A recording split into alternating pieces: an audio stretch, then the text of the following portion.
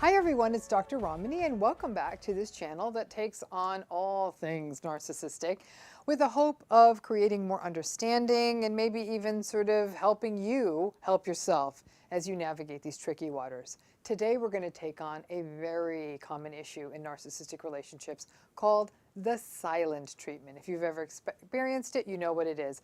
Before I start talking about the silent treatment though, please hit that subscribe button and join this channel. Hit that bell if you want to get notifications. And as always, when you come up with ideas for videos, please don't hesitate. Drop them down in the comments because it's your suggestions that often drive the kinds of content I research and develop. So let's talk about the silent treatment. It is so frustrating, okay? If you've ever been through it, you're like, oh, I know what you're talking about. The silent treatment is definitely one of the key weapons in the narcissist's arsenal. Many of you have asked me about this. I've gotten countless comments, emails, you name it. So here we go. Maybe this belonged in the glossary series. I don't know. Regardless, here it is. So do with it what you will. So the silent treatment is exactly what it sounds like. Now, I'll give you an example. One day, perhaps, you have an argument with somebody narcissistic or difficult in your life, or maybe that you issue a small criticism, or they just didn't like something you said or did. That happens and they just stop talking to you. They just stop. Now, if you don't live with them, they may stop answering any communications and may stop responding and stop reaching out. If you do live with them, they will live in silence with you.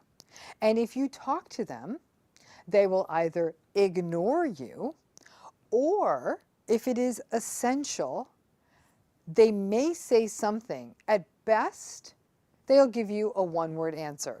Yes, no, over there. Or they'll engage in a verbal gesture. Hey, you'll say, hey, where's the keys? And they will then put the keys in front of you and walk away without a word. Now, if you have ever lived with any of this, you know it, and it is miserable. You would almost just rather have the fight and not deal with this. It is an uncomfortable and very difficult way to live. And it's always kind of hanging over your head, this idea that, oh my gosh, the silent treatment is going to come again. So, let's talk about the 5 classical reasons for the silent treatment. The first reason is stonewalling or manipulation. In other words, what they're doing is they're using the silent treatment as a way to maybe draw out an apology, to punish you, to get you to do something that they may want to do or want you to do. So it's very much this, by stonewalling you, the reason it's considered to be a form of manipulation is because then it becomes a way of using their silence almost as a sort of a source of power of sorts. So that is one reason that they do engage in the silent treatment. It just becomes a manifestation of stonewalling with the result of manipulation, and then you end up behaviorally doing something they want, or in essence, they kind of almost get their needs met. The second thing that is seen within the silent treatment is gaslighting. What we can sometimes see is that they will, when somebody gives you the silent treatment, it almost feels as though your reality is being absolutely denied.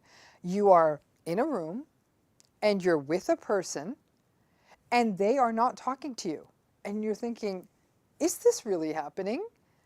And then you might even start blaming yourself. Maybe I was wrong. Maybe I shouldn't have said that. This is my fault. And instead of seeing that the silent treatment is completely unacceptable, you may actually start twisting your reality in a way that you're blaming yourself, and that in some way this silent treatment can actually feel like it becomes acceptable. It's not. A third element that is at play in stonewalling is that it's a manifestation of an emotional immaturity, or really like a lack of interpersonal skill. When you think about what the silent treatment is, I don't know if you've ever watched a 2.5-year-old hold his or her breath. They will sometimes hold their breath until they pass out. So it is that I'm going to get my way, and then they pass out. That's the silent treatment in an adult. I'm not getting my way. I'm not going to talk. It's a tantrum. It's a quiet tantrum, but it is nonetheless a tantrum. And tantrums are for children. So when somebody is throwing one as an adult through the silent treatment, it very much is a manifestation of not only emotional immaturity, but a real lack of interpersonal skill. Because what it really shows is an incapacity to communicate as an adult about something that's uncomfortable. And because narcissists find it so difficult to take personal responsibility for something that they may have said wrong or misunderstood, or they're really not able to find common ground. That lack of interpersonal skill means instead of actually having an evolved adult conversation, they will just simply do the silent treatment, which ultimately is a form of manipulation, which will end up drawing you out and you still have to be the only grown-up in the room. Reason number 4 that can often draw out the silent treatment is dysregulation. And what do I mean by dysregulation? Dysregulation is the inability to regulate emotions in any way.